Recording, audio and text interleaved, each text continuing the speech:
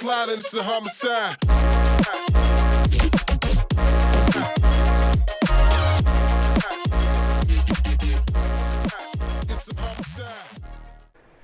Hey, what's up guys, welcome back to another video. Now today I wanted to show you guys the last rig that I set up. So this was the 3080 Ti. This is a gigabyte version. This is an EVGA XT3 3070. This is the LHR one. Another 3080 Ti. This is the For the Win 3, and this is a Rockstrix 3090, along with the HP server power supply and its breakout board over there. And we also installed the 421 PCIe splitter. So again, these two PCIes go to these two cards, and these two cards uses this four-way splitter basically. So initially I didn't want to put it in this specific location, only because this entire rig, if it runs on full tilt, it'll take around 1400 watts, right? And I already have another rig mining in this room as well. And I thought, I would constantly, trip the breaker. It turns out I actually tested all the breakers in the house. This specific circuit is actually on a different breaker than the other one. So this is on a 20 amp, right? While the other is on 15. So totally separate. And because of that, I'm able to, mine with this specific rig here and keep the other one in its current location. So I kind of got lucky on that end. So I don't really need to add a, 240 volts in the garage. And actually, let's talk about that. I tried installing this into the garage, just saying on a normal 15 amp circuit, it was going to work anyways. The problem was, I don't know if it was too cold, but all the GPUs, these two, I don't know why they would always fail, right? Sometimes the last one would as well, but anytime I would put it in the garage, the temperature would, be really, really cold, which is great, right? Because you would want the cards to be running, ideally less than 40 degrees Celsius. But I think I was at 32 or even 28 for some of the cards, and they would always not get recognized by HiveOS, or they would always shut down. And I noticed that, I don't know if it was because of the cold temperatures, and I didn't want to risk condensation in case that was were to happen if I would leave it there for a long time.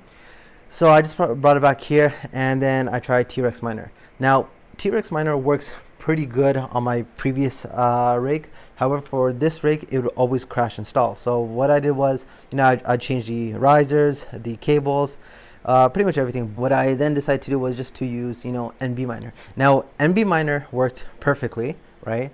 And it's much more stable. I can show you the my HiveOS page afterwards, but it was much better than T-Rex. The only reason I prefer T-Rex is because when they tune the LHR readings, T-Rex is much more, I guess you can say, flatline stable, whereas NB Miner, you would see the line going up and down a lot. Personally, I don't like that, so that's why I always stuck with T-Rex. I don't know if it was a software update, but yeah, so this rig is now on NB Miner, working good so far, stable. Put it back into this room on this circuit, and let me just show you the other rig. So this is just the basement, basement gym, I guess. This is where the other rig is. So notice that it's also very close to the previous rig, but on a totally different 15 amp circuit. Non-LHR, everything works smoothly. T-Rex Miner, everything works properly. Only issue I'm having is T-Rex Miner on LHR cards. I don't know if anyone else has the same problem, but if you do, let me know in the comment section below. And yeah, so just a quick update of what's going on. I just want to, tell you guys the truth on how, on how it is mining on a residential level. So you get a lot of YouTubers that, they show all the 16 different cards that they have. And who I'm targeting are people that are just mining as a hobby, on residential grade electricity, right? I'm paying around 9 cents kilowatt per hour.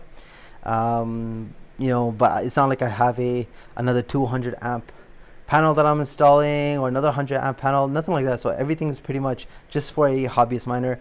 Show you guys the realistic goals and capabilities that that you're able to achieve if you do have a full-time job and you're just doing this as a I guess passive income or just for fun. Bitcoin right now is around almost 42k, and Ethereum is at close to 3.1k. So these are the price points that we're kind of looking at, and I'm just going to show you guys my EtherEUM dashboard. So again, I'm running around 549, 550-ish to 560 because of the LHR cards on NB Miner. It's not, it does fluctuate, but I'm looking at around 550-ish, right? And as you can see, the green line, the times that I went down was when I was, I guess, cleaning or rearranging the GPUs. But so far, it has done pretty good. NB Miner is pretty steady at 550-ish to 560, which is great. My rigs aren't crashing like they have been with T-Rex Miner. Again, T-Rex Miner works perfectly for my non-LHR cards. But for LHR cards, I don't know why I'm having a few issues right now. But yeah, what we're looking at is on a daily of close to $25 daily, right? And if you just convert this to Ethereum, this would be around 0.00788, so close to 0.008 ETH on a daily basis. Monthly, we're looking at close to 24% of an Ethereum every month. So I'm of course happy with that results. My rigs are of course paid off already since I've been mining for a while. But yeah, just to kind of show you guys what it's like or what you're kind of able to achieve if you're just a normal passive miner. You're not really looking to buy hundreds of thousands of dollars worth of GPUs. And yeah, this is if I can do it, of course you guys can do it as well. And let me just show you my Hive OS so I can show you guys the overclocks. So this is my farm, 553-ish to 560. Again, that's the rough estimate. 1.3 kilowatts. I've seen this go much higher, I believe. But again, 30 series cards are very efficient, so I'm kind of lucky in that regard. So look at my farm. So I'll just go with the 3070 rig. This is my normal non-LHR card. Everything works properly. This is the only 3060, but it's a version 1. So again, 40 mega hash here. Everything else is around 60 to 61 mega hash. And here are the overclocks. So this rig, again, it's a workhorse. The only time it went down was when I was rearranging some things. But 223, and this is on T-Rex. As you can see, the line is very, very steady. Nothing wrong with it, right?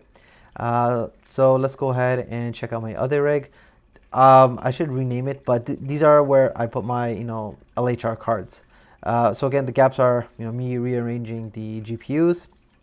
And NB Miner, as you can see, it does fluctuate up and down, but usually I get on this rig around 330 to 332, I guess, mega hash. Right now we're looking at 330 for now. 120 on the RTX 3090 at core 1200, memory 2000. I decided to kind of underclock a lot of the GPUs on a specific rig because I wanted to see if it kept crashing because of the overclocks. So previously I was getting 88 on both 3080 Ti's, but I limited that right now just so I can see if it's stable on NB Miner or T-Rex Miner.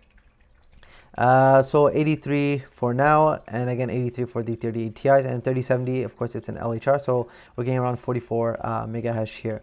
So all in all, we're looking at what was it, around 553, give or take, mega hash on Ethereum. So we're looking at around, again, $24 USD.